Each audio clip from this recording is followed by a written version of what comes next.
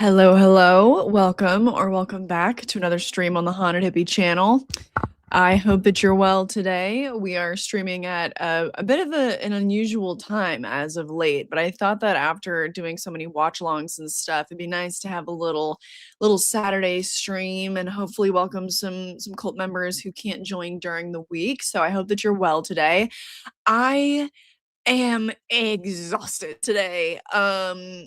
And woke up in the middle of the night with like really intense cramps. I was awake for 2 hours. I have guzzled quite a bit of coffee. We're still going on that. So that is gonna hit at some point during this stream, and we're just gonna we are gonna wake up, people. It has not quite hit me yet though. So in a daze, I bring you this stream of horror movie news. And I'm very excited because we haven't done this in forever. Some of the stuff that I'm going to be talking about definitely was announced like 3 weeks ago, but I haven't talked about it yet, and I haven't like learned about it myself. So I have a lot of like general topics, like projects that people that I like are helming or that they're involved with. And I don't know any of the details yet. So we're going to be looking into all of that today. But let me see who's here. Wise Pair, perhaps, was here earlier. Thank you. I know Mike Flanagan is still directing The Exorcist, and he's still making that Carrie show. I do have some updates on those that we're going to talk about today. Carrie, it's nothing to like get into, but I think that it was given an October release date. I guess maybe I could look into it and see where it's streaming, because I do forget that.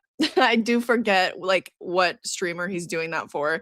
So maybe we will look into that. But there are some updates on the cast of his Exorcist, which is cool. What a wonderful way to unwind after iftar. Oh, you must be feeling pretty good. Feeling pretty good right about now. Nice. Yes, I did see Pillion yesterday. If that's how you pronounce it, Pillion? Pillion? Is that because you saw my comment on recap video yesterday? No, I had been wanting to see that movie for the longest.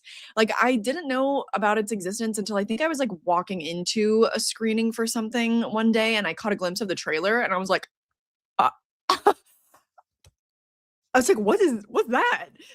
So then yeah, I've been itching to see it ever since, but it's been really hard for me to get out and see non-horror films lately. I feel like there's been at least one, if not two, horror releases every single weekend. So I've already done like multiple uh double, why am I forgetting the word? Like double headers at the theater, whatever. Double features. I've done multiple double features this year already for horror and stuff, and so it's been hard to carve out time to see non-horror. And Pillion was almost out of my theater already, so I was really glad I got to finally see that one, and I really loved it. You were right. I think you said that I was going to really like it. And Ryan Coogler is going to direct and produce the X-Files reboot series. I don't think I have any updates on that. Let me know if you guys happen to see something about that. We can look into it. There's a Texas Chainsaw Massacre movie in the works from A24. Oh, a movie. I have updates on a TV series. So that's with Glenn Powell's involvement. Super weird. We will talk about that once we get more details. Hello, Gloomy Danny. I feel so blessed. I'm used to giving and I get to receive. Yes. Hopefully, I mean, obviously this is like a better time for the people across the pond and stuff. So that's another reason why I got to throw in these Saturday streams every once in a while. Thank you. Appreciate it. I'm doing as well as I can. You know what? I'm already feeling some of the energy coming to me. I am. Maybe it's the coffee, maybe it's the stream, maybe it's Maybelline. I don't know. Some people like that joke from my from my Scream video. 2 weeks left until Ramadan is over. How does time move so fast? How long is Ramadan? I don't know that. Hello, new to the channel. I can't wait for Ready or Not 2 and the new Scary Movie as well. I avoided most of the trailer for the new Scary Movie. I saw some people saying like, oh, like there's a joke that crosses the line or something. I think I might have seen that on like a Bloody Disgusting title. It was like, oh, no one is safe in the new Scary Movie or whatever. You're geeked for it too. We all know that limits will be crossed with Scary Movie 6 for sure. Nobody is safe. Hasn't that been true of like every movie of that franchise? I don't know. I'm not the most familiar with Scary Movie. Oh, thank you. Are you going to watch the others before this one? Yeah, I'm really hoping to do a marathon with you guys because I have not watched them it's been 5 years. My mom is trying to call me. Should I answer? I missed the call. I'll text her and just make sure nothing important is up. I'm streaming. Oh, I'm streaming. You rang. She just texted me, never mind. Okay. All right. I don't want to talk to you either, Mom. Hello. Happy Saturday. Hopefully they don't deviate from the tone of the first two films. Do they deviate by the third one? Do they get whack? I can only imagine. Oh, thank you. That's all I know for horror news. Only stick around for a bit. Don't have nothing else to contribute. Well, I'll stick around to hear the news, you know? Has anyone seen Exit 8? I haven't even heard of this, to be honest. Waiting for the back rooms, not even looking sideways at the trailer. I did see when I opened YouTube one day that the trailer was out, but same. Like, I'm good with just seeing the thumbnail of the trailer, and it's literally just like a picture of the back rooms, and I think that's probably the best way for me to go in personally. I think, because I don't know anything about, like, what are the back rooms? What is it? Do I need to know? I feel like I feel like I don't. I feel like I don't. I feel like I just go in and the confusion is part of the experience. Yes? What do we think? What do we think? Hello. Hello. Intro song is a certified hood classic. If you say so. Hello, hello, hello, hello. 10 at night in Romania. Hopefully still early enough to stick around. Yes. Bro. Like, I figured out also that it's like this mattress. My body does not get along with it. And I've been sleeping on it for like 8 months. And so I think we're gonna order a mattress topper this weekend. Exciting adult things. They're expensive. The Human Centipede 2 watch long withdrawal, it will pass. Oh, I'm glad you saw Cold Storage. That's good. Yeah, Pillion is really, it's fun. It's interesting. It's a very interesting film. I really enjoyed myself. And also I've learned a lot about like the BDSM community after like reading reviews on Letterboxd for it. Very interesting. That's a world that I don't know. Scary movie trailer was somehow the highlight of my Scream 7 premiere. Yeah, I saw somebody say that on Letterboxd too. Like, the best part of this was the Scary Movie 6 trailer. Oh, thank you. Appreciate it. I'm excited too. Scary Movie 5 is an abomination. That's the one with like Lindsay Lohan and Charlie Sheen, and right? Isn't that one? And Ashley Tisdale is in it too. Yeah, that one had like a weird cast, didn't it? Yeah, it'd be a fun group watch. Absolutely. That'd be a party, I think. Thank you. What movie twins did you work with? Fred and George the Wizard's Prank Shop, or Smoke and Stacks Juke Joint? Ooh. Oh my God, what a question. Both would be so fun. Like, on the one hand, I'm in the wizarding world. Like, how could I say no to that? I feel like that kind of is the determining factor, to be honest with you. But then, like, thinking about the juke joint and getting to listen to the music and partying all the time, that sounds really good too. I think I have to go with the Wizards. Yeah, got a new mattress, changed my life. Yeah. Oh, hello from Ireland. I've had the green lighting going for a while now. It's been a while. Undertone, yeah, I feel like I've seen some good early buzz on that one. Like, people with, I don't know, screeners or something, like people that I follow on Letterboxd. It sounds like it's gonna be a good one, but I don't know. Okay, why don't we start getting into the news here? It's already been 10 minutes, my bad. All right.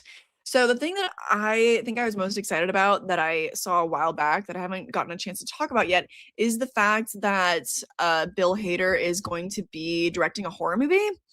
Let me see if I can get this in a better... Is that better? That doesn't change anything, does it? I guess it doesn't matter. I wish that I could... Oh, no.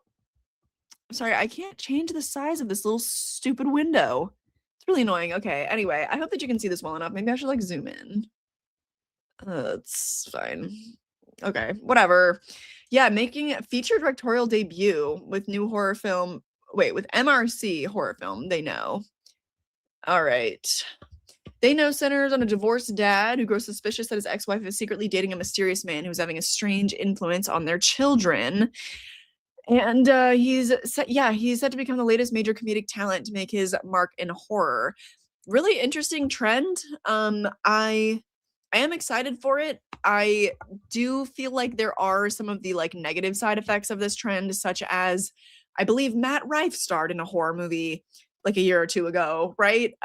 So naturally there's gonna be like some runoff of this trend that we're not that stoked to see. But Bill Hader in a feature directorial debut, I am stoked on this. And also the subject matter to me is really interesting because I'm sure that there's some alternate cinematic explanation for the weird stuff going on with his children and their stepfather and everything.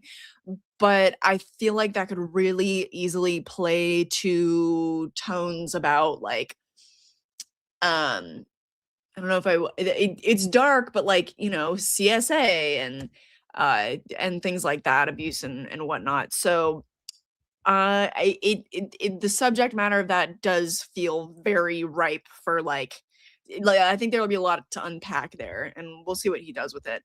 MRC's studio financing based on an original story. Oh, that Hader created with his Barry collaborator Duffy Boudreau.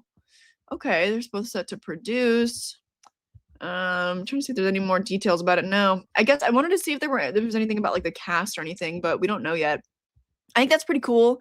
Obviously, like after seeing him star in it, you always hope that like when actors make the crossover into horror that they'll play around in the genre a little bit more. So that's something that I'm really excited about. I did try to watch the show Barry, and I think I got like 2 episodes in, and I've been to the Residuals bar that they go to in the show, but it didn't click with me. I don't know. I haven't finished it yet.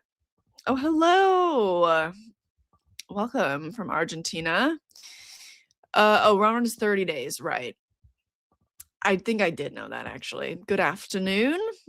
Watching the Backrooms YouTube shorts, leaving with more questions than answers. Anyways, going in blind is probably an advantage. Okay. Good morning. Gone to crazy lengths to never learn who Matt Rife is.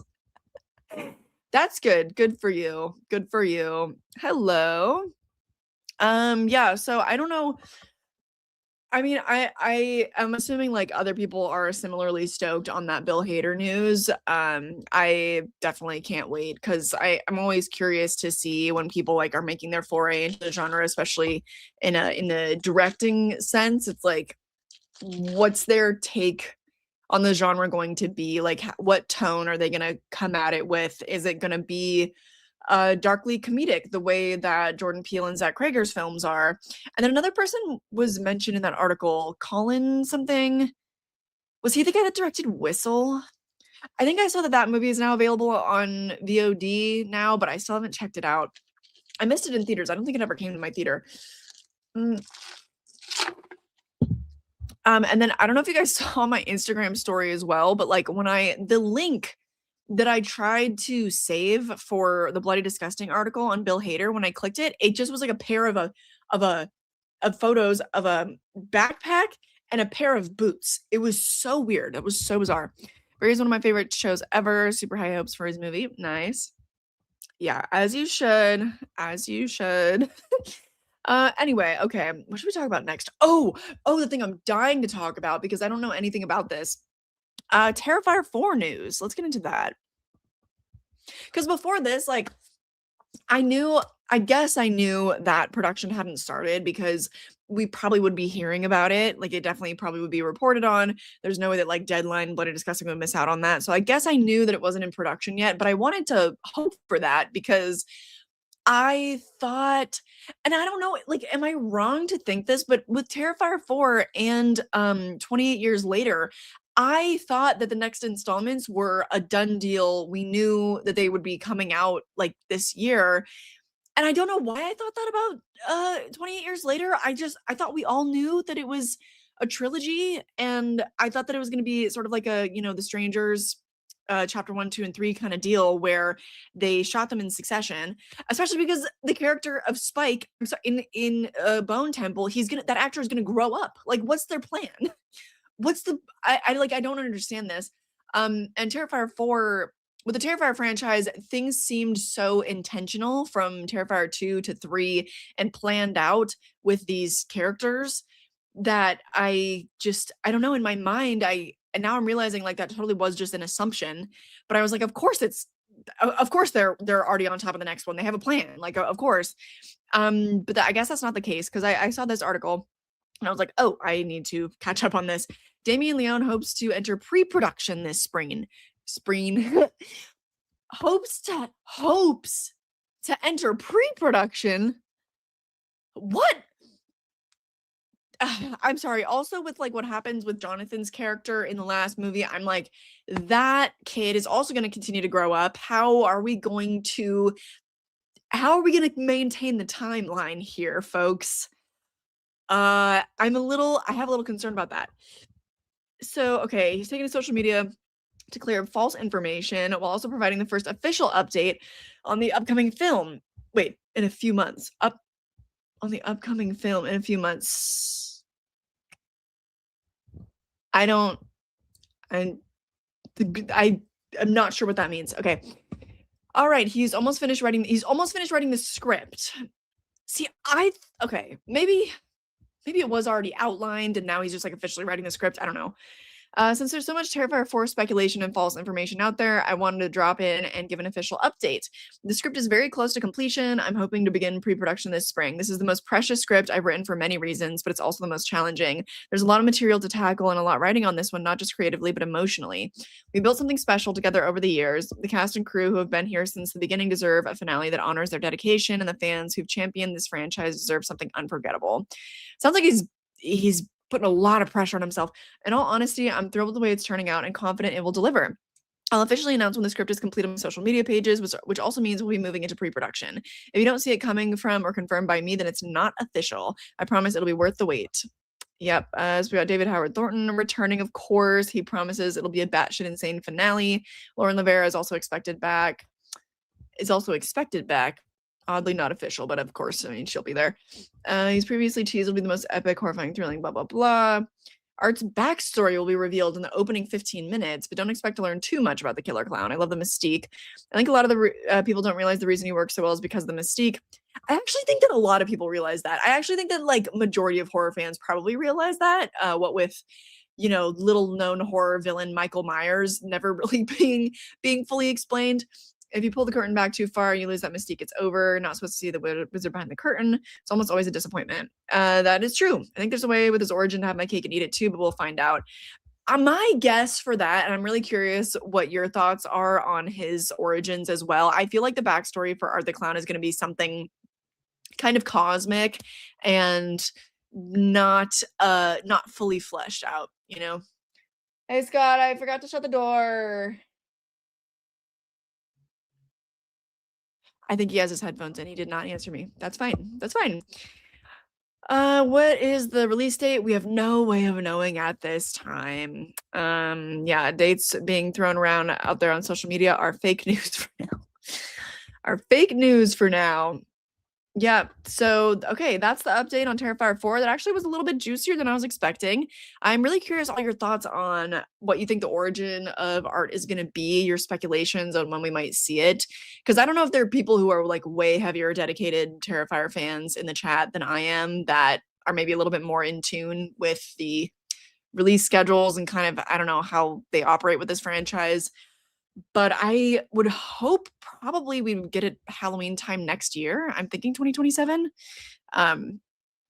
Because I would imagine that pre-production would be a relatively smooth and not overdrawn out process for a franchise where so much of your cast and crew are already going to be established. So that's my hope anyway. Like I feel like there's a chance that they could shoot it by the end of this year, maybe early next year, and then have it come out Halloween time next year. That's my hope and my dream. Glad it's probably gonna be 2027. Terrifier 3 was crunch. Don't want the finale rushed. I agree, even though Terrifier 3 I thought was the best of the entire franchise. I mean, I haven't rewatched Terrifier 3 since it came out in theaters. So I can't say that with certainty because I went back and rewatched Terrifier 2 and I gave it a higher score than Terrifier 3, but that score might go up next time. So it's the lawsuit. I forgot about the lawsuit. Oh yeah. Oh my god. Yeah, okay. Excellent point. Yeah. Right. We probably were going to be getting Terrifier 4 quite a bit sooner, but yeah, you're right. I mean, he's definitely got to be wrapped up in that. I don't know if there are any updates to that. That's something that we should probably look into. Remind me if I forget once I finish going through the chat here. You think just honorary Scream Queen? She is a Scream Queen to me. Need a trilogy that can't do us like this, especially with Cillian Murphy. I know. I know. I don't understand that. You think the film should release either in 2027 or 2028? You think 2028? I mean, if they're still wrapped up in the lawsuit, that could be the case. Hello, welcome. I don't think the third could be as good as Bone Temple. I agree. The swan song of Ralph Fiennes in that franchise, what could be better? Come on.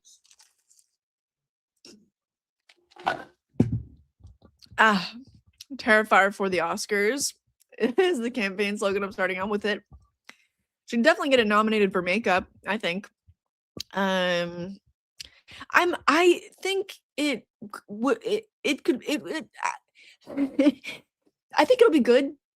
I think so. Aren't Danny Boyle and Alex Garland teaming up for it? Don't we know that? I can look for an update on that as well. Maybe we can scrounge around and see what's going on with that today too. Yeah, Scott's leaving his headphones in all the time now, especially after the recent gym experience.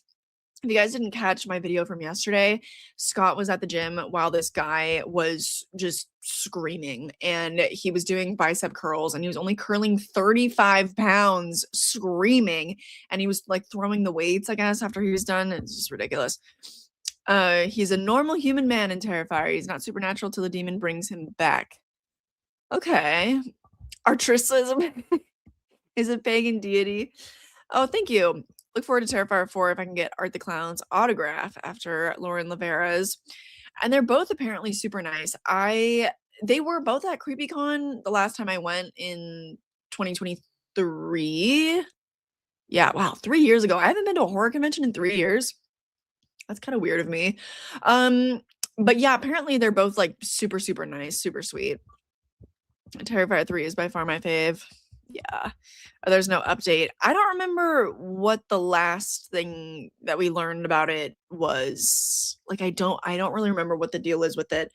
They may settle out of court. I could see that happening because what I do remember is like part of the claim was that the actress, I don't know her name, the girl who gets sawed, I think she was claiming injury. She was claiming distribution of photos of her that she did not consent to, and that the back end deal for box office was not honored. I think those were the three kind of main points of it. But it's been a long time since I remember looking into that, so someone may correct me. But yeah, I wouldn't be surprised if they settled out of court. I'm gonna shut my door. Scott's walking around. I'm streaming.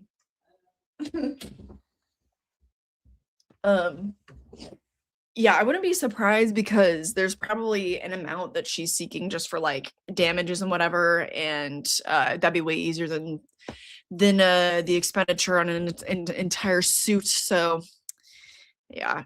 Hello. Don't understand how Bone Temple flopped. Did it flop technically? Wait a minute. The Bone Temple box office. Let's see. It may. Oh, it did. Damn. I mean, it released in January, and it's like, why though? It was so good. Like, I don't understand.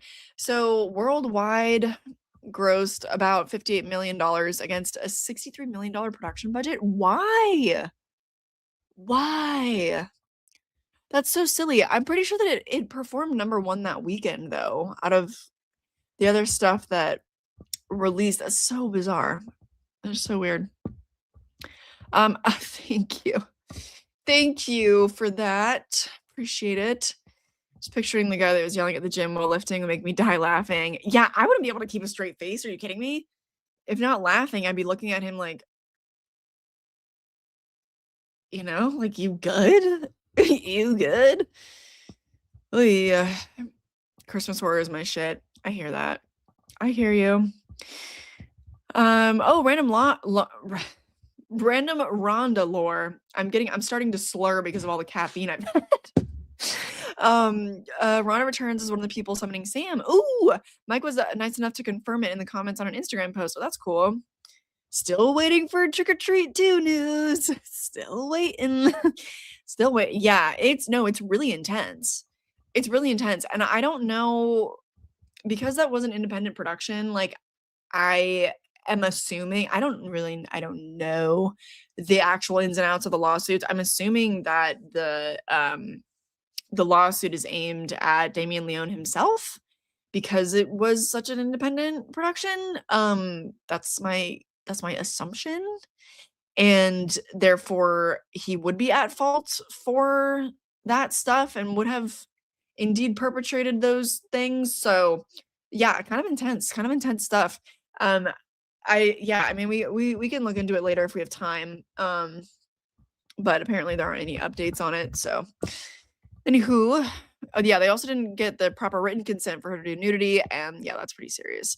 Which doesn't surprise me at all. I on my sets there, because like, it's entirely independent, I have everybody sign like release forms, like everybody signs waivers and stuff, but no nudity required on my sets, so that's not a problem. But to not even like, don't have proper written consent for her to do nudity. I'm like, how do you not? I don't know. How do you not protect yourself? How do you not get that consent? It's just like, to me, that's so basic and so fundamental. Just I don't know. I don't get it. I don't get it, but I am not surprised, sadly, about that. Should have earned more. Yeah, I know. It was fantastic. I mean, I give it a perfect 5-star rating. It's crazy. You know who had the best movie deal ever? Sylvester Stallone, Rocky? I don't know. I'm happy you're here too. I love movies as well. Great vibe you're bringing to the chat. On a side note, my friend is scared shitless of Art the Clown, so I go out of my way to imitate his grin for her. Everyone's entitled to one good scare. Very nice. Very nice. Okay. Let's see. Let's move on for now. Oh, yes. Okay. I wanted to talk about the cast joining Mike Flanagan's Exorcist. And then I also wanted to react to this article with you guys because I don't know if there are any other updates to it here. Hello?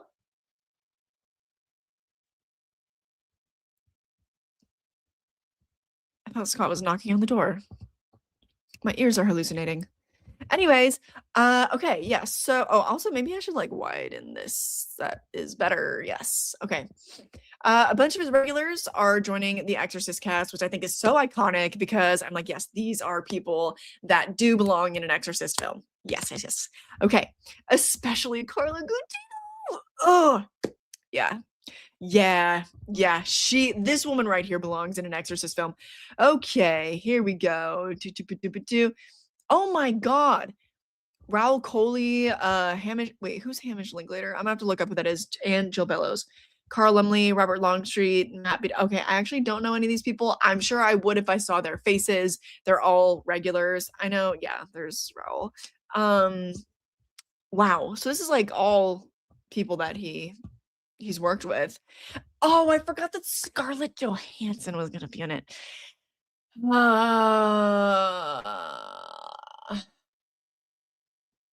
I don't know why I'm against this. I mean, I do, but like, I don't know that I have the right to be this trepidatious about Scarlett Johansson being in it. I just, it's the Botox face. It's the lack of like, full human expression that I feel like I saw from her in Jurassic World Rebirth. That's not what I want in a horror movie, The rest of this cast, I mean, it's just insane. This is insane. Look at these people. John Leguizamo? There's no way. Yeah. Scarlett Johansson will star as a mother, so I'm guessing that she is top billed. She's gonna be the lead, which I'm like, okay, that's fine. It's fine. Plot details remain under wraps. The film will tell an all-new story set in the universe. It's neither a remake nor a sequel. Well, yeah, I would assume it's not a sequel to The Exorcist Believer. Yeah. This is an opportunity to do something that I believe has never been done within the franchise, something that honors what came before it, but it isn't built on nostalgia. Yes, okay. I really just saw an opportunity to make the scariest movie I've ever made. I know expectations are high. No one's more intimidated than I am. A humble king, haunted hippie patron Mike Flanagan is. Yeah, that's right. He is still a patron. I think we're going on 3 years of that now. Still never been in contact. Someday. Yeah, so that's the update. I mean, that insane cast updates. All of these people, it kind of makes sense, but it's like it also not that it'll be anything like The Exorcist Believer, but I know we all made fun of that one for being like an Avengers film. And then here you have Mike Flanagan like literally gathering all of his actors like Infinity Stones to, come battle whatever evil it is that's going to be in his Exorcist film. It's kind of funny. It's kind of funny. Lucky I never had anyone like that at the gym for about 1 to 2 hours. Damn. I wish I had the time for that. That's dedication. Good on ya. Yeah, the most annoying person that's usually or that's there a lot of the time when I'm there is this guy who comes in and he usually does these like really quick, like 30-minute high intensity kind of pump workouts. But I hate this thing that he does where he comes in and he has like multiple pieces of clothing with him and he goes around and he puts his clothes on multiple machines. He usually claims 3 at a time, and like that is just horrible fucking decorum. Like that is just it's so rude. That's just not you're not supposed to do that at the gym. You're not you cannot you can't claim multiple machines at once. Like it's just so and so whenever he like shows up while I'm at the gym, it's like, and I'll be on the pulley machine or whatever, and I'm just using one side of it at the moment. And he won't even ask, like, oh, are you gonna be using the other side? And the answer is yes, okay. But he won't even ask. He'll just come and like throw his clothes on like the other half of the machine and like on the anyway. That's my least favorite gym person at the moment. Greetings, hello. Someone says, is Tamara home from the next room? Say no, we don't. I have in watching some of Cody Leach's content recently, he's been talking about how there are already rumblings about The Strangers Chapter 4. And it's like, are we sure about that? We might have to look into that today. I don't know. I did not understand that casting choice.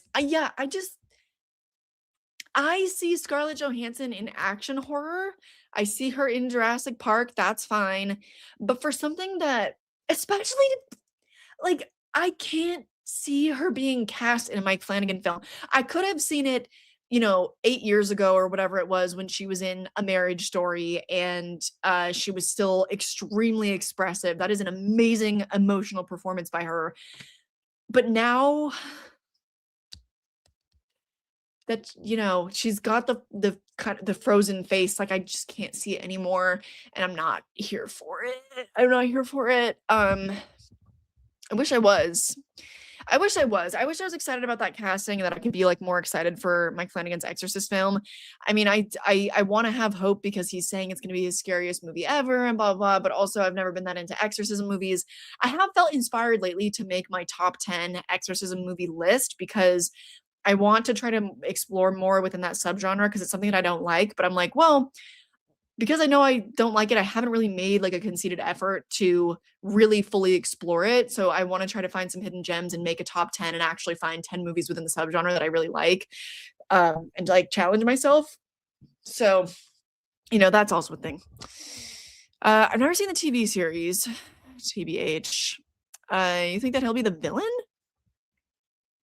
That's interesting. I wouldn't put it past him to have a human villain component in his exorcism movie. That makes sense for Flanagan. Yeah, pop out, Mikey. Come on. Come on. Casting, yeah, Captain America's lead for Snowpiercer might have seemed random, but it turned out brilliant. I think, yeah, Chris Evans, I would say like the last 5 years, not so much, but when he was in Knives Out, it was like, oh yeah, like this is the guy with range that we know, talented individual. He's not just one note. And he's great in Snowpiercer, but yeah, lately, eh, eh. Oh, I was gonna talk about Wednesday as well, actually. We can talk about that really quick because this is, it's somewhat similar, not related, but just other casting news. So I can go over this really quickly. Yeah, of course, Wednesday season 3 is now in production, which feels quick because didn't the newest season come out last year? I'm like, Netflix being in production for another season within a year of the last one? Are we sure about that? Are we sure? But I guess now that, I don't know, Winona Ryder is freed up, they're like, okay, she's done with Stranger Things. Let's put her in Wednesday. And then Eva Green, one of my favorite collaborators of Tim Burton, I have to say. And of course, Winona Ryder too. And I want to see if there's any other details about this season. Likely in 2027? No way. Only 2 years between seasons? We're spoiled. Isn't that sad? Oh, and Chris Sarandon. Chris Sarandon. Why wasn't that in the headline? The horror girlies love Chris Sarandon. Oh my God, that's so exciting. I love how, it happened with Stranger Things as well, where it was like season 4, Robert Englund was a guest star. And then season 5, we had Linda Hamilton. And then now, and like Wednesday season 2, we had Steve Buscemi. And then now season 3, we're going to have Chris Sarandon. Like, it's cool. It's cool to see these people pop up. Her return to Netflix. Wow. As well as a reunion with director Tim Burton, which they just reunited like 2 years ago, right? I mean, anyway. Oh, and Chris Sarandon, I also forget, why do I always forget that he voices Jack Skellington? I think of him in Fright Night. I think it's because, like, obviously, Nightmare is animated, but anyway. And then Eva Green in Dark Shadows, phenomenal. I think that she's also in Tim Burton's Dumbo, but we forget about that movie. We forget about that. Or maybe not Dumbo. She was in Mrs. Peregrine's Home. Yeah. She is so, I can't stress this enough. Dark Shadows is not a good movie, but it's kind of like a bad, like really fun time. So I really enjoy it. And Eva Green is just phenomenal in that movie. So I'm really excited that she's going to be in Wednesday. With the season's cast of returning faces, new players. Oh, Catherine Zeta-Jones, Louise Guzman. Yeah, we know that she's in it. Oh, Hunter Doohan is coming back again. Okay. Fred Armisen's coming back. And I don't recognize these names. And the showrunners are returning, of course. In the second season, we know that. Damn, okay. I was hoping to get a little bit more plot detail, maybe. But yeah, I'm excited about that casting. Yep. Wait, what are we talking about? What? Anyway, she was in Ghost World. Are we talking about Scarlett Johansson? I haven't seen that movie, so I don't know. I want a sequel to Strangers Prey at Night. I love that movie as well. I'd be okay with that, but that is unfortunately not gonna happen. Yeah. Oh, are we talking about the guy in the gym? That guy is the same kind of guy who will put a towel in a resort chair first thing in the morning because he'll be using it 6 hours later, maybe. Yeah. I still haven't figured out how to connect my PS5 to my computer. I just like haven't had the time with production and everything, and then like constantly like having to be catching back up on work. But I think I know how to do it. I just need to like actually try it. So maybe I should try that after my stream today. But oh no, I need to edit today. I have to get up my stupid Bride review for my members before that video goes up on Monday. So that's what I'm going to be working on this evening. That video should be going up for members, my review of The Bride.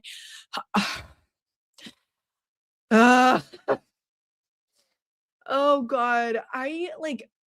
I don't even know the last time that I actually was offended by a movie. I feel like that is a piece of me I've left long in the past. I don't usually get offended by films because I don't know, very much you know, at a place of acceptance with the way things are in the world of cinema and whatever, and I don't nothing really riles me up anymore, but The Bride, like, really, like, personally offended me.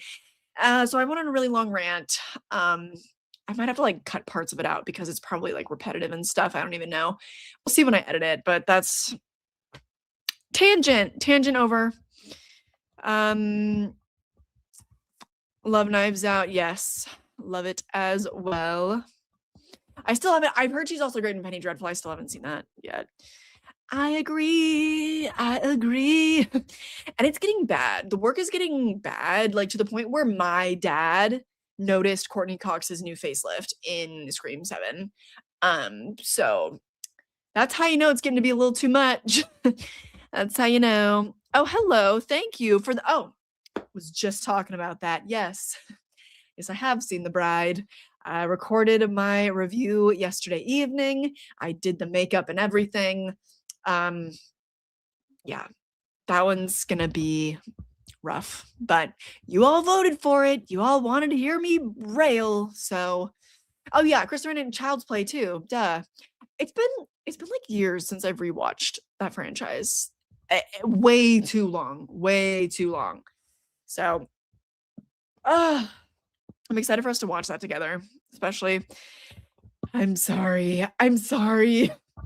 There are mixed things, like, weirdly, a lot of like, usually it's the opposite, right? But the early reactions for The Bride were really, really good, and then the score has just, like, plummeted since it's, released to theaters this weekend.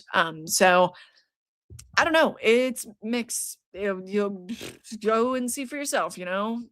I always advocate for that. I voted for Stranger Things. Yeah, yeah, the Stranger Things, that one was winning the poll for, like, I don't know, a couple minutes maybe, and then I think everyone was like, "Yes, we want to hear her shit on a movie," or whatever the rationale is, I don't know.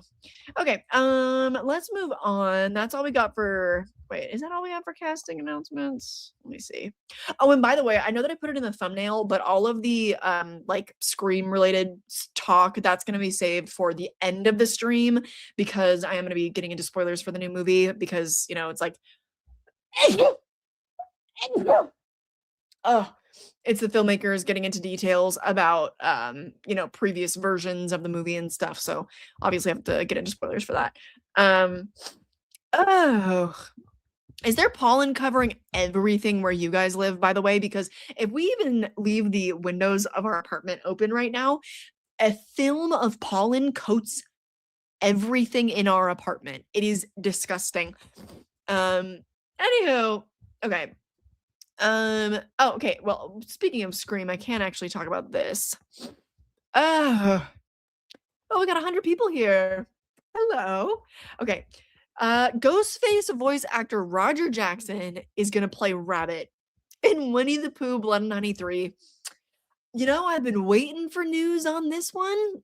Haven't heard a lot about the Pooniverse as of late. I heard that a good amount of people enjoyed Bambi the Reckoning, which I think is finally streaming for free somewhere. I think it might be on Tubi now, so I can finally check it out. I hadn't had access to check that one out for the longest. Oh, and I still haven't watched Peter Pan Neverland Nightmare. But yeah, got some big news about Blood and Honey 3. Like, not the Pooniverse breaking into the mainstream in terms of talent attached. Like, what do you mean? What do you mean? Okay, let's see the details. Okay, he will lend his unmistakable pipes to another horror villain, which is exciting because I mean, talk about underutilized in Scream 7, and he was practically missing from the film, which just is a huge bummer. Will enter production next month. Okay, it's coming. Winnie the Pooh 3. Blood and Honey 3 is coming for you. Scott Chambers is directing. Taking over from Reese Frake Waterfield. Interesting. Okay. Who will produce, and Reese Frake Waterfield, I think he was the one who played Christopher Robin in Blood and Honey 2. Pretty sure. Richard Stanley. who wrote Color Out of Space, wrote the script. Are you I'm short circuiting. Okay. Just taking on the role of Winnie the Pooh in the threequel, sure. Louis Santer as Tigger. I think that he is the guy who played Tigger in Blood and Honey 2. I met him actually. Cast doesn't. Okay, don't know these people, obviously. That's not surprising. But the mask. Wow. That's really gorgeous, actually. That's like really very fine craftsmanship. That's cool. See that come together, but not the completed look. So I guess we'll see that in due time.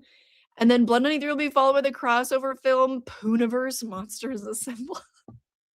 And that's also going to be shot this summer. They're pumping these out.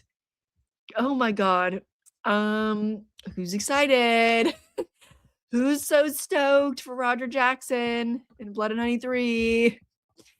Oh gosh. You're excited for The Bride? Hey, you might love it. Some people are loving it, so you might. Steampunk 1930s mobsters. That is exactly what it is. Yeah. I know, yeah, they like The Bride, but my beef with it comes from being a now long time huge fan of Frankenstein and someone who feels very protective over Mary Shelley herself. So that's where I took a lot of issue with it. I don't think that they're big like Frankenstein people. I don't think they've like read the book or anything. So yeah, my disdain comes from a personal place for sure. Sounds like the alternate title for The Bride was Poorer Things. Somebody on Letterboxd said Pooh Things. And I was like, yes. Yes. I gave it a 2 out of 5 as well. Yeah, right in the beginning.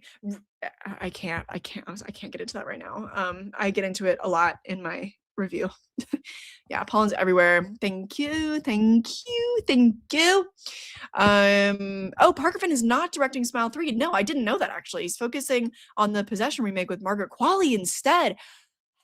Oh, wow, interesting. I forgot about that. Margaret Qualley is the girl for a Possession remake. I see that casting. Okay. Parker Finn directing though?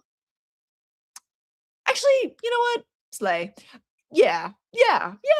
There's some pretty avant-garde, like really cool sequences in Smile too. You know what? Yes. I trust him. Yeah. Okay. Smile 3, do we know who is directing that? Because I don't actually know any updates on that. Yep, it's here. Pollen. Yeah. It's not dust. I'm telling you, like when I wonder if I could do it right now. I probably could because I haven't dusted yet today. Yeah, there's like the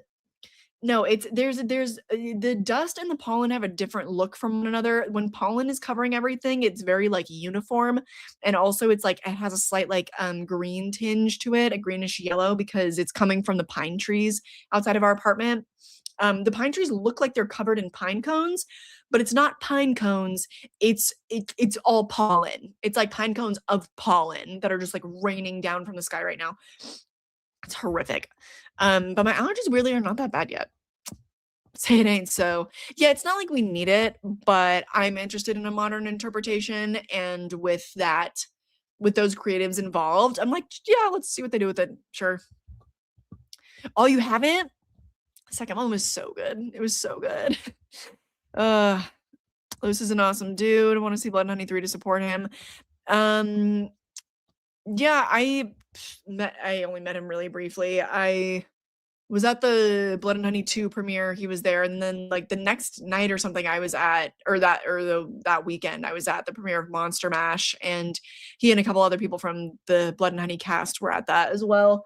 And I like took their photo, and they didn't really pay a lot of mind to my existence, so like I don't know if he's nice or not, to be honest with you. Silly rabbit, tricks are for kids. God. What were we on? What were we on about? Oh, right, we were just talking about Blood and Honey, yeah. Duh. Okay, the next thing, I can't wait to talk about this anymore. The Glenn Powell TCM series, what is going on? Okay. Glenn Powell on his Texas Chainsaw Massacre TV series. We're gonna do something really special with it. Oh, I'm sure. Okay. He is executive producing the Texas Chainsaw Massacre series, which is just which JT Molnar, who did Strange Darling, he's doing it. I'm like, okay, I trust you. Strange Darling was phenomenal. Definitely excited to see more from him, but Glenn Powell producing. Okay. Texas Chainsaw is, I think, one of the most brilliant horror movies that defined the genre. Okay, true. All right, okay. I feel that A24 is a place that's really making such special things, and they're such a custodian and guardian of quality. Okay, all right, okay. I know we're going to do something really special with it, so I'm feeling very, very good. It was a long process to get there, but I know we have something really fun ahead. Okay, all very generic. As of now, he only plans to produce and not appear in the series, but he's definitely going to be very involved in the production. How interesting. I feel like it's weird because I actually do think that I would be really down. Well, would I? Okay, I'm a little conflicted on his starring in the series. It doesn't sound like he's going to, but on the one hand, I was like, oh no, wait, I could definitely see him as like, similar to his character in Twisters, where he's like a cowboy or whatever. He has that cowboy look. So I'm like, okay, yeah, seeing him as a Texan character or whatever, I would be here for that. Seeing him as a small town sheriff or probably like, that's kind of his type that I would see him cast as. But then I was like, wait, no, I don't think I would want to see him in the series because I would see Glenn Powell. Like I like for something like TCM, I need unknown actors in it. And I need people who don't look like they are from LA to be in it because then it needs to have that like authentic feeling of being backroads Texas. Like it can't we cannot be casting actresses with like lip filler and stuff for this. Like we can't. I don't like because that was one of the biggest problems too with like the TCM from 2022. It was like how modernized it felt. It was there was some comedic value in that, like the the busload of people like you're gonna get canceled, bro, or whatever. Like that was kind of funny and not really in a good way. But sorry, I was in the middle of this article. I need to keep going through that. And I know now I'm rambling too much about this, but yeah, I could see them probably casting those types to be like the fish out of water in the series that stumble upon the place, but that's not really what I want. I just want to see like normal looking young adults getting caught up in the mix or whatever, or maybe not even that. Maybe we get rid of that formula and it's just about the town and the disturbing weird characters of the town. I don't know. Anyway, executive produces with blah blah blah with Roy Lee, of course. That man is everywhere. Everywhere. Also a short-term patron after Barbarian came out. He was a patron for a little while. And then Kim Henkel, the one of the original creators of the original Texas Chainsaw Massacre, is going to be one of the executive producers, I guess. So, yeah. That's about it. I rambled a lot. What are your thoughts? What are your thoughts? Would have loved Gasper No. I don't know if I've seen any of his films. Gasper No. Oh no, I've seen Climax, right? Yeah, I've seen Oh, he would have been a good choice. Yeah. Agree. Yeah, I agree. I wouldn't want to see like a repeat of the structure of Strange Darling. I don't think I'd want to see kind of a non-linear thing. I feel like that's a gimmick that could kind of get old fast. So yeah, so good. It's an odd pairing, isn't it? I didn't know that he was a horror fan at all, and I hope that he truly is and he really means it and he's not just sort of espousing that as like a studio talking point to be like, yeah, TCM it's one of the greatest. It defined the genre. Anybody can just say that. I hope that he really is a fan, but I don't know. I don't know that man. Hello, welcome. Oh, I just got one of the things for my graduation gown. Congrats, almost. Everyone in TCM is gonna look like a TikToker. I don't know. I don't know. Oh, yeah, me too. I haven't watched it since I did the watch along. Ugh. It is. Not enough people woke up to that one. I'm not interested in another TCM. There's so many interesting movies out there to give a new take to. And I think we should have learned our lesson from TCM 2022 that there's just not enough meat to like that original story. The series is obviously going to be some kind of reboot. There's going to be no Sally. Like I guess there obviously would have to be a Leatherface. The only thing that I could see maybe being interesting is really diving into the family and all those relationships, I guess. But that's also kind of one of those things that it's like probably better left to the imagination and better left as a mystery, and we don't need to know the inner workings of that family and how it works unless it's going to be a really really really well done, like deeply psychological experience, which I just don't think that this is going to be. I also don't understand how else it could be, how TCM could be stretched out into a series. I don't know. I don't know how they could do that, to be honest. Heard of a new Evil Dead movie coming. There are two that are coming. There's one that's releasing in I think June, right? And then I don't know what the deal is with the other one. So Shia, as in LaBeouf? No. No. Every day I wake up and they're remaking a classic. Oh, the drama. I know. The originality, it's like kind of difficult and inconvenient to come by. It's like the stuff that Shudder and IFC are putting out, But yeah, like I just saw Dolly, and that movie basically is TCM except with some kind of baby doll fetish thing going on. So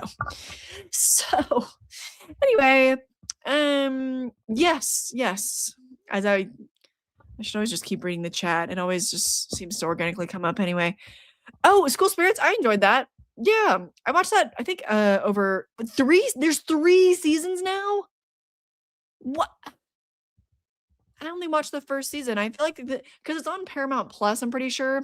And we had Paramount Plus like back in the day, and I watched the first season, and then I think the only the first season was on Netflix for a bit. So I didn't know there were 3 seasons. Anyway, what should we talk about next? I think I feel like I've kind of exhausted the TCM topic, but I still am curious, like if you guys have any thoughts, like if anybody's excited or have any good ideas about potential new ground that it would cover. If you guys have any theories, like definitely put them in the chat. TCM 2022 felt like watching nothing happen in real time. Yeah. You think we should put him in space? I think he'd be really confused up there.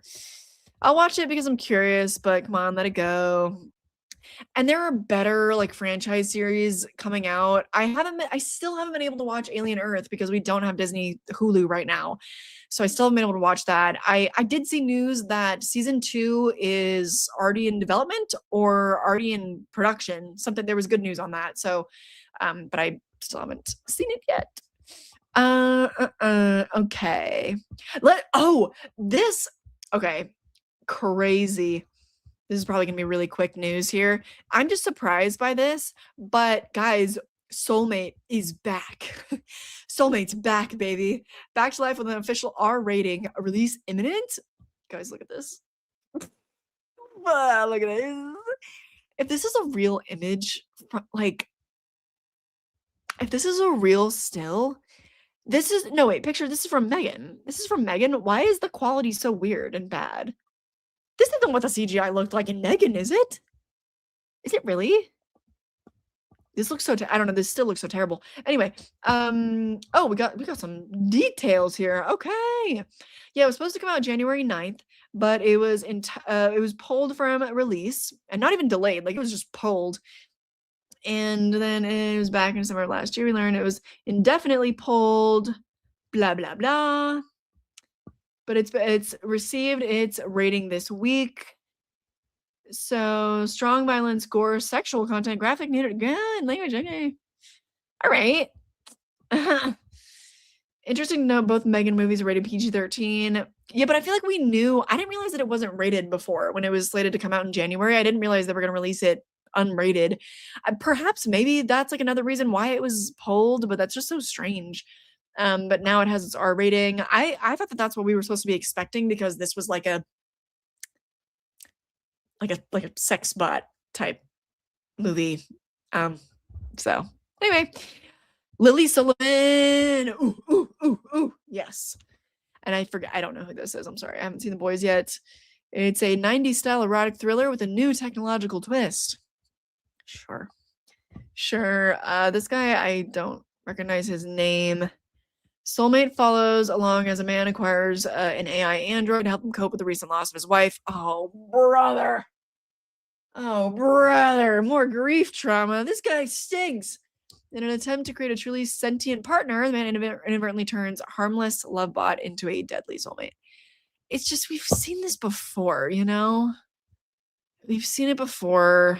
It's fine. Fundamentally, I view this film as an exploration of relationships and loneliness. You don't say. Despite technological advances, there are enduring human truths we cannot escape, and I'm looking forward to delving into those depths. Sure.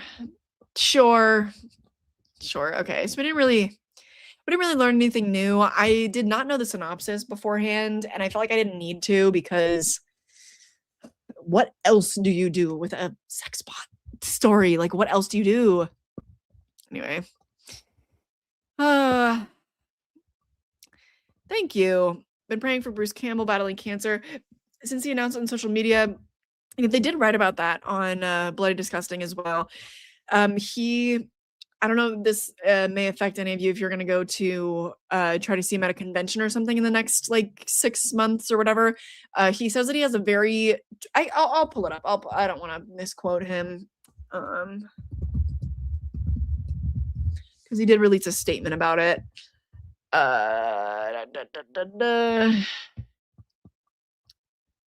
He said that he's been diagnosed with a treatable but not curable type of cancer. I'm posting this because professionally, a few things will have to change. Appearances and cons and work in general need to take a backseat to treatment. There are several cons this year. Summer that I have to cancel. Big regrets on my part. Treatment needs and professional obligations don't always go hand in hand. He hopes to be well enough by the summer in order to tour his new comedy film, Ernie and Emma, which he wrote, directed, and stars in. How did I not know about that? My God, I guess because it's comedy, but still, I feel like horror news outlets would be reporting on that because he's so like enmeshed in the world of horror. Yeah, he says, that's about it. I'm not trying to enlist sympathy or advice. I just want to get ahead of this information in case false information gets out, which it will. Fear not, I'm a tough old son of a bitch, and I have great support, so I expect to be around for a while. As always, you're the greatest fans in the world, and I hope to see you soon. Yeah, so he is not going to be sharing details, I believe, about his diagnosis. It doesn't seem like he has plans to. I think he's trying to keep that private, but just reassuring. I mean, this is at the risk of sounding stupid, I don't think that any cancer is curable. But the fact that he mentioned it as treatable, that's good. It probably big assumptions, but I'm assuming that means that he's probably, at stage like 1 or 2. So he's considering it treatable and is expecting to feel well enough by the summer after a couple months of treatment. So that gives me hope. I think hopefully we'll have Bruce Campbell around for quite a while and he will get to have the rest of his life, So yeah, I hadn't put that on the list for today, but yeah, thanks for bringing that up. Getting closer to 6,000, Kylie. What's the movie you want us to watch? Oh, I'm glad you brought this up. I wasn't going to include this today, but yeah, let's look at the GoFundMe for Famished, and I'll show you how close we are to 6,000. We are now at $5,665. So we are very, very close. We are $335 away. Is that math? Is that correct? We're now at 300. Oh, John, oh, you just donated. Oh, thank you. Thank you, John. Shout out John. Just donated $100. I think this brings your donation total up to like $1,100. It's insane.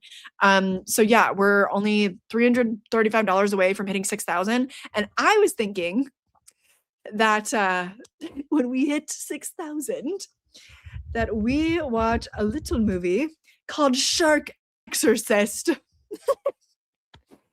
I'm surprised it has a score this high on Rotten Tomatoes, a 27%. It has a 1.4 on Letterboxd. Yeah, a demonic nun unleashes holy hell when she summons the devil to possess a man-eating shark. And yeah, look at this glorious. Sometimes I'm like, wait. I was like, wait. I don't have to. We can save a worse movie for like 7,000. I'm like, you know what? Sometimes it doesn't have to be Cannibal Holocaust. Sometimes it doesn't have to be the Human Centipede. Sometimes it can be Shark Exorcist. And this one also, I felt like this one was good because it's on Tubi, so it should be free for a lot of people to watch. Yeah. I think that's exciting. Sound off. Let me know your thoughts on that, of course. But that's the plan as of right now, I think. And then anyway, I'm excited about that because I do actually like legitimately want to watch that. And we will make it a party. We will make it a Tipsy Tuesday or something. So the more you tip, the more I tip. And it'll be a good time. Shark Exorcist. Hell, we could even make it a double feature because I think that the movie is only like 74 minutes long. So, we can make it some other kind of party. So that'll be fun. Yeah, it can be put in remission. Exactly.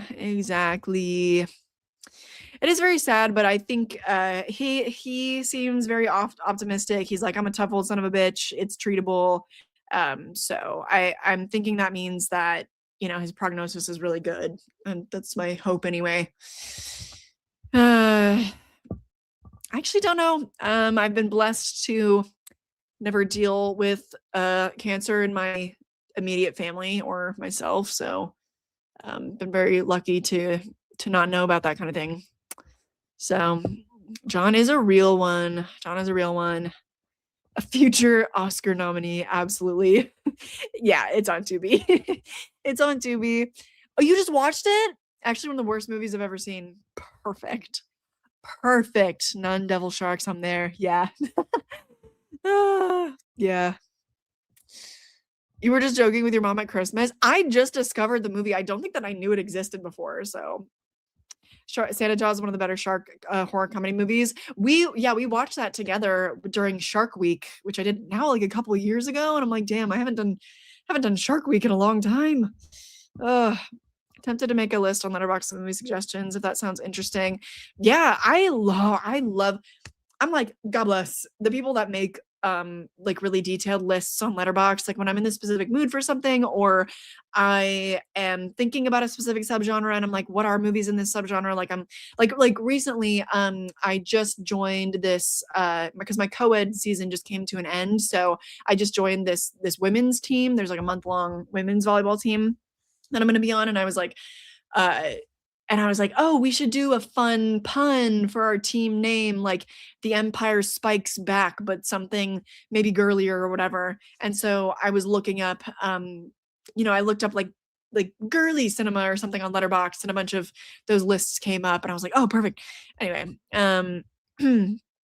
so okay, what should we talk about next? I just went over Soulmate. That was kind of random. We did touch on 28 Years Later, so I did want to go over this article because I think that Cillian Murphy was interviewed, or he was quoted for it here. So let's see what his thoughts are.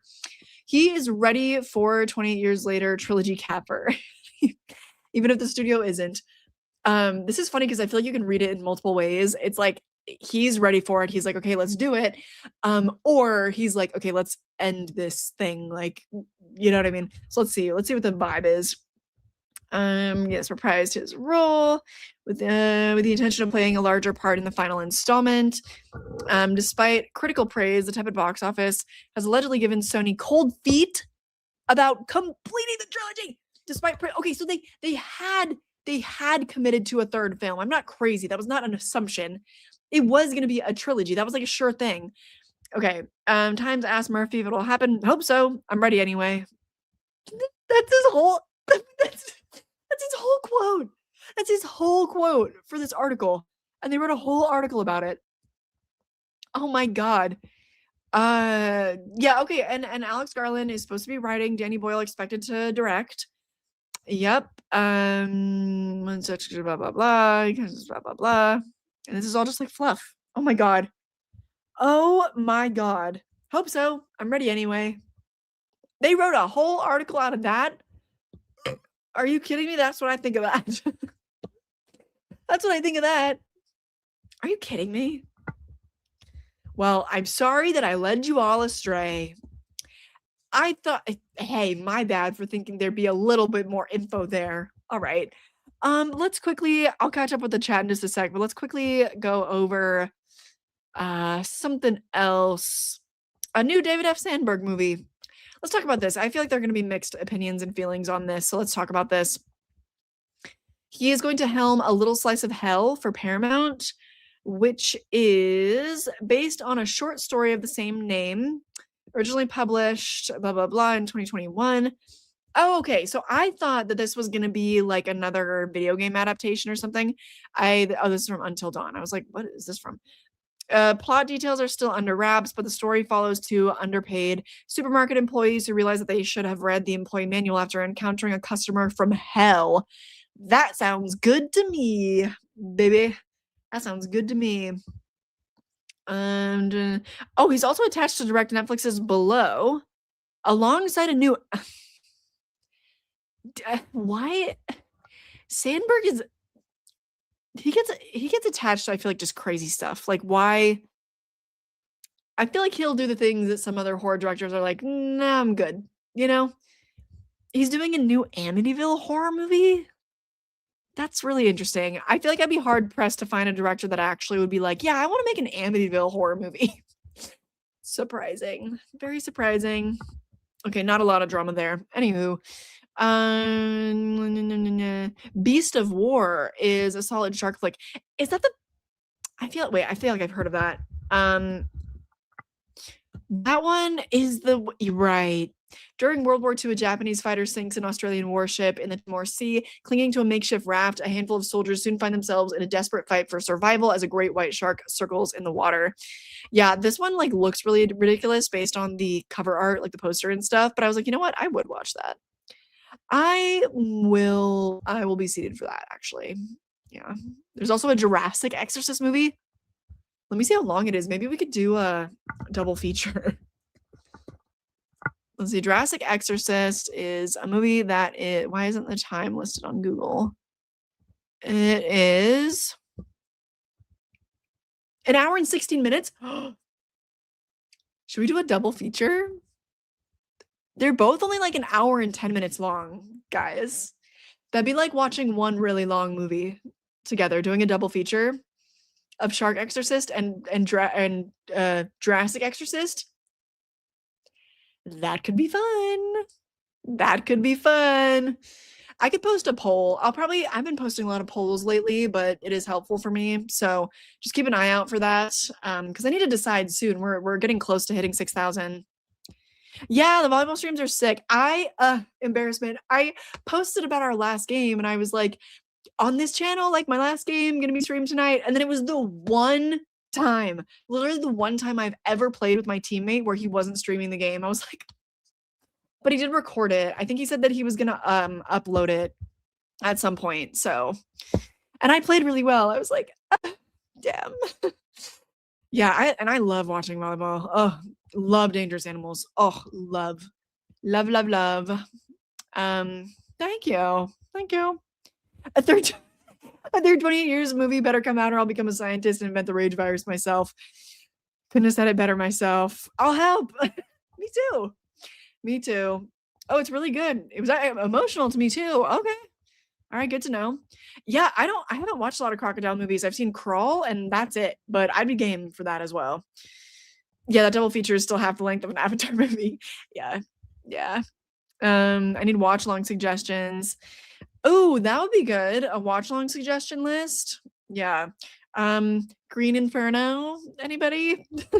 The Child's Play franchise, the Scary Movie franchise. I think we're gonna do Friday the 13th this year. Not sure. Okay. Something that I'm really excited for. Let's go over a couple articles about some actors that we like doing some cool projects. Here we've got Pizza Movie, Hulu's hallucinogenic comedy starring Gaten Matarazzo streams in April. And I'm like, I can't believe I haven't heard of this yet, but I'm glad that I am now because I'm going to try to be here for it. Yeah, just based on the vibes here, I'm like, yeah. Yeah. I have known this living room or this dorm. Looks like a dorm. I'm pretty stoked on it. His first post Stranger Things role, and I'm so happy too, because like I, remember back, I don't know, maybe months ago, or this has been an ongoing joke for a bit that a lot of the Stranger Things cast, like besides Sadie Sink or whatever, they're gonna be out of work after that season 5 or whatever. Like, it makes me happy because Gaten Matarazzo, I think, is one of the more talented people of his age group on the show. So it does make me happy to see him in something, especially like this. Like, this sounds so fun. Follows a shy college student and his reckless roommate who set out on a simple mission to grab pizza. After a strange dose of a mind-bending experimental drug, they're thrust into a chaotic night of absurd encounters, wild hallucinations, and unexpected revelations that could change their lives forever. I'm so excited. Caleb Heron. Oh my God. I really enjoy Caleb Heron. I think he's so funny. Oh my God. Wow. Who's directing this? Oh, Matarazzo is an executive producer on it. Interesting. Okay. Produced by blah, blah, blah. Who's directing? Wait, who? Oh, excited to listen. Film will debut, blah, blah, blah. Oh, it's right here. SNL people are writing and directing. I don't know them, but yay. Oh, they also penned the upcoming Over Your Dead Body, which this one I also am like, why have I not seen more like marketing and stuff for this? I didn't learn about this movie until I was at my AMC like last week maybe, and I saw the poster with Samara Weaving and Jason Segel in it, and I was like, I'm sorry, a dark comedy with Samara Weaving and Jason Segel in it? I should have known about this sooner. So yeah, I'm really excited about this. That's coming April 24th though, so we do have to wait over a month for that one, but yeah, I'm super excited for that. I don't want to know any details. I'm like actually kind of avoiding it like the plague, and I've avoided any articles about Ready or Not 2 like the plague because I don't want to know. I don't want to know. I want to be surprised. Yeah. So there's that one, and then I have two more. This feels relevant because of Scream 7. McKenna Grace is going to play Daphne. I see this casting. I do. Yeah, she is going to be playing Daphne. There's going to be a new live action Scooby-Doo series, I think on Netflix. Yes, on Netflix, which I only recently learned about because when I was hopping on social media, like after I saw Scream 7, I was I saw one of the interviews with Matthew Lillard where he was asked about like if he wanted to step in and be part of the cast for the new Netflix Scooby-Doo series, and I was like, the new what? So anyway, and then I saw this and I was like, okay, I'm here for that. During their final summer at camp, old friends Shaggy and Daphne get embroiled in a haunting mystery surrounding a lonely lost Great Dane puppy that may have been a witness to a supernatural murder. What? Is this like the origins of how they find Scooby? Together with the pragmatic and scientific townie Velma and the strange but ever so handsome new kid Freddy, they set out to solve the case that is pulling each of them into a creepy nightmare that threatens to expose all their secrets. Ooh. Ooh. Oh my gosh. A producer of Riverdale and Chilling Adventures of Sabrina will be on it. Oh, I hope that means it's going to have the same vibe as those shows because, oh my God, I love Riverdale. Oh my God, I hope it's going to be that vibe because the mysteries, woven, especially that first season of Riverdale. Yeah, that's the vibe I like. That's what I like. In the meantime, she's giving also providing vocals for Iceland Kills. Yes, blah, blah, blah. Oh, she's also going to be seen in the upcoming horror comedy satire Slanted. What is this? Slanted. See, this was, yeah, see, I'm behind. This came out a month ago. For March release. When is this coming? Via Bleecker Street, March 13th. That's next week. That's Friday the 13th. When is that coming? I see on my AMC app, I see, because I already have my ticket for Undertone, and then Scared to Death, I think, is also coming out Friday the 13th. Why haven't I heard about this? Is this going to be straight to VOD? Your debut premiered last year at South by Southwest.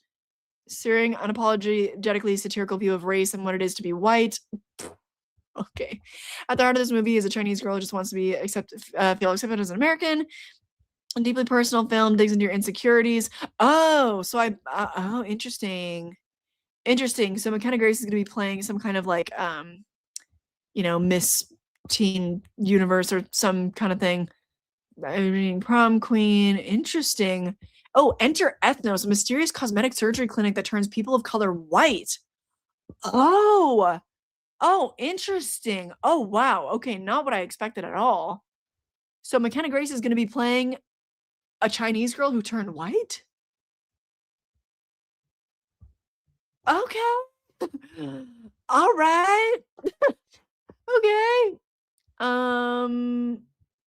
Teen demographic, but won't be as winsome for seasoned horror fans. Oh, interesting. Interesting. Huh. Did it not say anywhere that's coming out VOD or what the deal is? Huh. I guess not. Interesting. Okay, so there's also that. Just learn about that right now. Let me catch up with the chat. Sorry, it's been a second. Primeval. I want to say that this one is on my watch list. I think it has been. Oh, thank you. Appreciate it. A worthwhile investment in someone I believe in. Thank you. Gives me the opportunity to be a part of a project after all the years I've enjoyed cinema. Yeah. I mean, with that amount, that's like producer credit worthy. Yeah, it's really interesting. Like, I don't know if it's just because I've seen her and what's his face? Black Phone, Mason Thames. If I've just seen like her, Mason Thames, I don't know who else, but people have had just like a seamless transition from childhood acting into adult acting that I'm like, oh, it's nice that things have kind of changed. Like that used to be such a struggle for childhood actors. And like Miranda Cosgrove, she's still very popular acting. Miley Cyrus never had a dip, whatever. But I don't know. I feel like it used to be so much more difficult for child actors to continue their careers into adulthood. So many of them just like end up quitting or whatever. And or just, I don't know, maybe just become like disgusted with the system entirely after growing up in it. But yeah, it's cool. It's like, it's nice to see. Yeah, that sounds like something. I mean, I'm very, very fascinated by that synopsis. I'll definitely have to check that one out when I can. How come I've never even heard of that movie? Got a 3.4 on Letterboxd. I know, right? It's weird. I would consider McKenna Grace. I mean, she's an A-lister. Like right?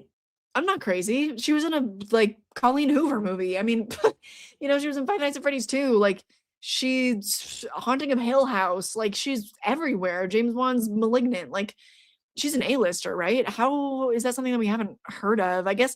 I mean, it is cool. Like I guess it probably was a more independent film that's isn't going to be spending a whole lot on marketing or whatever. Like it's cool that she's also doing smaller projects, but it's still weird that to not have heard for it. Who's directing this? Robert Eggers. No, I don't think I'd heard of that director before. So movie got in some hot water after they showed trailers for it. Oh, when people were going to in to see Stray Kids tour movie. Oh, I haven't heard of that either. But I mean, it is like that is a pretty like provocative concept. It is, but I can't lie, I'm very interested in that. There was one other casting thing before we get into, or wait, no, I also have There's also another like adaptation that I'm interested in, and then we can start getting into the Scream stuff. So the trailer for The Cure is out now, and I'm just really excited about this cast. It's David Dastmalchian and Ashley Greene. David Dastmalchian, you know him, you love him. Ashley Greene, she was in Twilight, but she's been in a couple horror movies in the last couple years. So I'm just hoping that this is gonna be something good, because I'm like, that cast, yes. Look at the beautiful weirdo, David Dastmalchian, Samantha Cochran. Who was she? I forget. Released on digital in the UK. What about here? It follows Ali Braun, a 16-year-old suffering from a mental or mysterious illness, who discovers her biotech billionaire adoptive parents. Dastmalchian and Green, they're going to play a couple. They're playing billionaire parents. Oh my God, are harvesting her blood for sinister purposes. Oh my God. Oh, she must fight to escape the binds of the malicious medical condition, as well as the fortified island compound, or be drained of everything that makes her human. Oh my God, that's intense.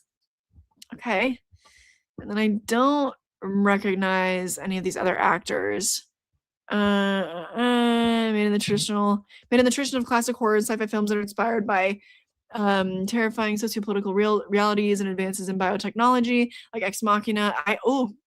I'm a fan of Ex Machina. Probably got some Videodrome fans in the chat as well. I believe we're on the cusp of a revolution in science. The big question is who will benefit. Interesting. I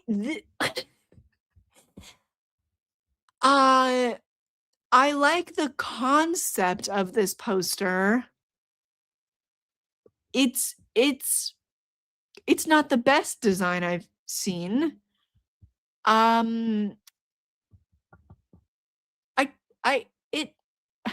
I like it in concept. I don't think the design is great. I think it looks a little weird. Don't love it, but yeah, so I'm excited about that.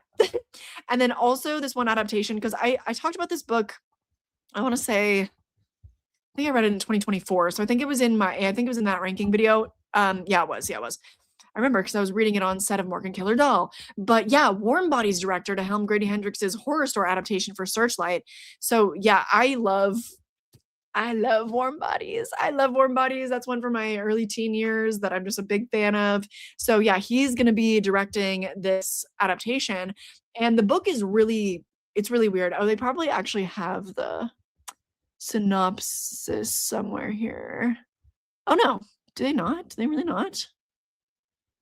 Oh yeah, the story centers on Orsk, an IKEA-like furniture superstore in Cleveland that becomes subjected to supernatural occurrences. That's to put it lightly. That book gets weird. To uncover the mystery, a group of employees sign up for a night shift only to get way more than they bargained for in a most sinister way. This book is very like, the commentary is on like putting employees, your lowest level employees on the front lines, anti-capitalist, anti-consumerism type vibe. And the book is really interesting because it literally looks like a furniture catalog, and as you flip through it, there are listings for furniture, but then as the book goes on too, like the listings of the furniture get weirder and weirder. And that book is intense. Like, it's really hard for me to imagine it getting adapted because of just how weird things get. I'm very interested in that. I don't know. I didn't love the book. I thought it was like a little bit too much. So I wonder if anything will be like scaled down, if the movie will be better, or if the movie is going to have a weird kind of, the closest thing I can compare it to probably is like Silent Hill, just in the level of weirdness and stuff. So yeah, but I'm excited to see what he might do with it. So yeah, that is that, besides the Scream 7 stuff that I wanted to get into, because Radio Silence details the original Scream 7 plans, and then Kevin Williamson's details a different ending for Scream 7. So I wanted to get into that stuff, but I'll catch up with you guys first, give you guys a chance to like filter out if you don't want to hear about that, the spoilers. Oh, it's very controversial. I mean, how have I not? Well, I do kind of know. I'm a little tapped out. I wasn't aware of this movie or the controversy or anything. I also don't think I've seen Unsane. I'm not sure if I'm aware of that one. Loving the string of body image horror. Just saw one at the festival called Finestra. That was pretty cool. Oh, Finestra. That sounds good. Finestra. I have to put that one on my Letterboxd watch list. then a young woman who takes a new weight loss pill and the fat she sheds returns in the form of her bloodthirsty doppelganger. Ooh, that sounds so good. Oh, wow. Good shout. Thanks for sharing that one. Love Videodrome. I need to give that one another try. Yeah, I wasn't ready for it when I saw it the first time. Yeah. Yeah, the physical book is so cool looking. I actually, regrettably now, I sold it after I finished reading it. I think because I didn't like it that much, and I was like, it's really big. I don't really have the space. I don't think I'll read it again. But I'm like, they're making an adaptation. I guess I probably would read it again now. Oh well. Yeah, me too. 50s or 70s, 80s, like hand painted posters. Oh, love. Oh, nice, nice, nice, nice. Give a shout for the list name, by the way. Yeah, I'm in. Me as well. Me as well. Okay, all right, y'all. It is time to get into some Scream 7 spoilers. I think I'm gonna start with Radio Silence because like this was the original plan. So I'm interested to learn about this. Okay, here we go. And then we'll get into Kevin Williamson because I feel like it's just kind of like we're going in order, All right, so we never read a draft of any version of Scream 7 that we were going to do because we had left to do Abigail before that. The thing that we had in our minds for Scream 7 was sort of like, how hard can we go with this? It was a thing that we talked about a lot, about. For us, it was always this idea of Scream 6 is a secret feel-good movie. Scream 7 is going to fuck you up. That was as much as we ever got to. That's it. What is the... Okay. Given that we expanded the sort of scope of the story by going to New York, the other thing that we had talked about, just Matt and I, by the way, it wasn't a conversation with the writers, was how do you do the opposite for 7? Like shrink it down and make it this ultra-contained, almost continuous minute-to-minute thing. Huh. So sort of like the show 24 or something. But outside of our own stupid idea, we weren't privy to any plan beyond just there's going to be another one. Well, damn. Well, damn. Okay, whatever. Then they went on, they're doing Ready or Not 2 anyway. So, okay, that's fine. Fluff piece. Go girl, give us nothing. Why do I have a feeling that this Kevin Williamson one is going to be no different? Why do I have a feeling? Okay. Let's see what his alternate plan was. Okay, we want to have our cake and eat it too. Sure. Yes, after 30 years of fan theories, blah, blah, blah, he confirms that they shot an alternate ending revealing that Stu actually is alive. What? We wanted to have our cake and eat it too. I wish I could take credit for that, but Guy Busick had that in his script. He wrote all the AI stuff. The first time I read it, I was like, how is this going to work? How is he going to be alive? Furthermore, if it is AI, will part of the audience be disappointed that he's not real? We were playing that game, and I'd be lying if I said we didn't shoot it both ways. You can't be, it can't, why didn't you just like make a thing that you thought was good and not be thinking about like, well, part of the audience will be disappointed. Part of the audience is going to be disappointed no matter what. We shot a little coda at the end that we had in our back pocket, but oddly enough, the decision was that the audience wanted him dead. So it was for like, okay. I mean, I get it, like I don't. I get it, but I don't. He confirms that test audiences preferred that Stu remain dead. It makes more sense. It's more real. If he's alive, that's a big stretch. We live in a world now where with fake AI, we know that's possible. Yeah. And Megan Navarro, she seems to do like all of the early reviews for Bloody Disgusting. The franchise seems to be succumbing to the tired tropes that so humorously and lovingly poked at in the first place. That's what everybody's saying. So, but she says that there is a faintly beating pulse buried somewhere under the mess. Yeah, I hear that. I kind of feel that as well.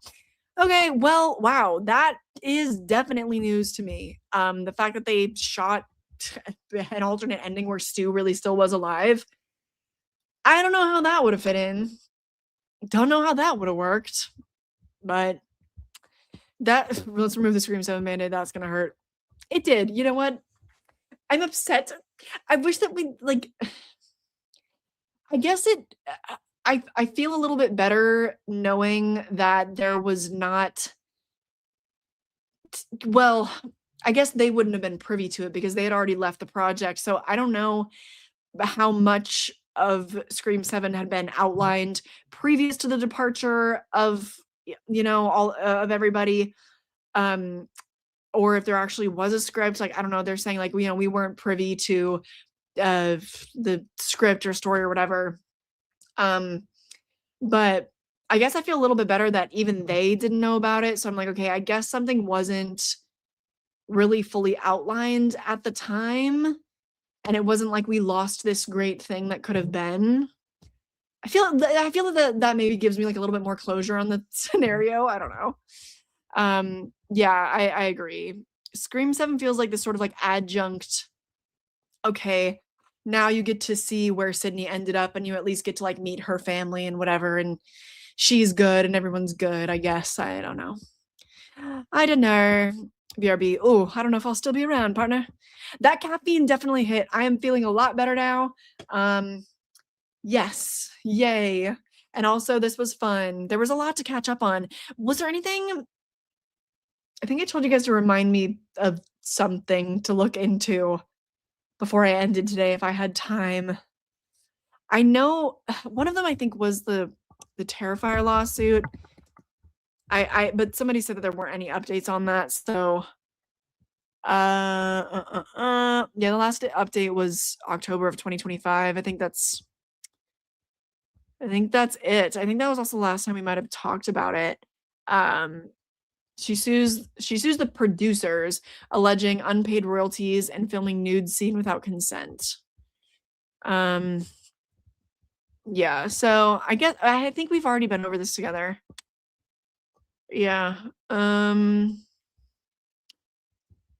See, the case is defined by the all too common story of low budget film producers taking advantage of a young actress through fraud, sexual harassment, and ultimately betrayal. God damn. Names the production banners Dark Age Cinema and Fuzz on the Lens Productions as defendants. Oh, okay, interesting. In addition to producer Phil Falcone and Leone and the filmmakers banner Art the Clown. Huh. So it sounds like multiple just multiple production companies or banners. I'm not sure what that means. I'm not learned in lawsuit lingo, to be honest with you. Filing includes 7 claims for relief, including distribution of sexually explicit materials, breach of contract, and promissory fraud. What is promissory fraud? I'm going to look that up. I don't know what that means. A legal claim where one party makes a promise with no intention of fulfilling it, and intended to induce another to take action, represents a false statement of existing intent, distinct from a mere breach of contract, requires proof that the promiser never intended to perform at the time the promise was made. Oh, interesting. So she's like, even though you made this contract with me, you were planning to never fulfill it. That's a big claim. It's a really big claim. Anyway, at least with the Stu Macher reveal at the end, would have at least been a bit better than whatever the hell that end reveal was. I don't know. I used to be so pro Stu Macher being alive, but after Scream 5, I was like, no, okay, that's dead. Like, that's done. That I feel like was like the franchise's last chance for me, and nah. Doesn't matter if they're not going to do something cool with this character. Yeah, we don't want to be alive just for the sake of being alive. Exactly. Whoa. Oops. Has anyone peeped that John Campea review with him calling Scream 7 one of the worst films in history? Jesus. Anybody who says that about almost anything, I'm like, you haven't watched enough movies. Like, you have not watched Shark Exorcist. You've not. Yeah, I more or less agree here. More or less. Oh, Forbidden Fruits. I'm excited for this one. I'm excited. I didn't do a double feature yesterday. I did last week. And I think yesterday was maybe the first time that I had a run-in with the trailer, and I was like, so yeah, I'm so excited. Oh, the cast in that, and I'm very excited. Very, very excited. He watched Thor: Love and Thunder and didn't consider that as the worst. I enjoyed Love and Thunder. Like, I thought it was funny and I enjoyed myself, but I still give it 2.5 stars. I was like, no, this was egregious. Like, this was bad, but like, I had fun. So more live streams at this hour. I want to try to. Yeah, it's better for me even because I have a lot of commitments during the week, and I would like to play volleyball more during the week and stuff as well. So, yeah, Saturdays are a decent time. They're a decent time. I think that I don't have it planned out yet, but I do think that this Tuesday I'm going to be doing my Scream trivia stream. So keep an eye out for that. And then, hopefully that can drum up some donations and stuff, and we can watch Shark Exorcist soon. Yeah. Yay. Yay. This has been fun. Yeah, it's good on a Saturday because also like I end the stream and I have so much day left, and it's like, it's not 8 p.m. I can do things with my day, and man, this caffeine is gonna keep me going. I gotta get on my edit of The Bride. I gotta get that review up for my members. So members in the chat, fear not, you'll be receiving that rant this evening, you lucky dogs. And then the rest of you will get to see it on Monday morning.